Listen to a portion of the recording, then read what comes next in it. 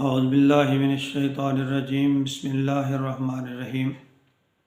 سامعین مکرم، آج میں آپ سے نبی مکرم صلی اللہ علیہ وآلہ وسلم کا سونے کا جو طریقہ ہے، یعنی مسنون طریقہ، اس بارے میں کچھ بات کروں گا۔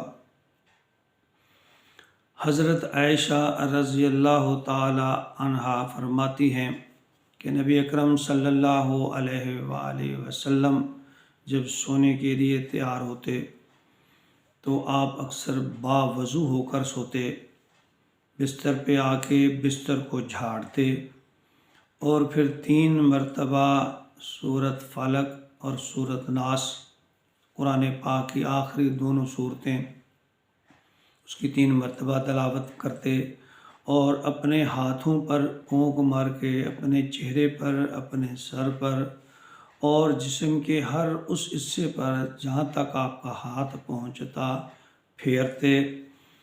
پھر آپ آیت الکرسی پڑھتے۔ نبی مکرم صلی اللہ علیہ وآلہ وسلم نے آیت الکرسی کے بارے میں فرمایا، بخاری شریف کی حدیث ہے 1268۔ آپ نے فرمایا، جو شخص رات کو آیت الکرسی کی تلاوت کر کے سوئے گا، رات بھر ایک فرشتہ اس کی نگہبانی کرے گا۔ پھر آپ اللہ کی تسبیح تمہید کرتے ہوئے دایاں ہاتھ اپنے رخسار کے نیچے رکھ کے دائیں کروٹ لیٹتے اور اپنی ٹانگوں کو تھوڑا سا خم دے کر بایاں ہاتھ ٹانگوں کے اوپر رکھ لیتے اور اس طرح آپ استراحت فرماتے۔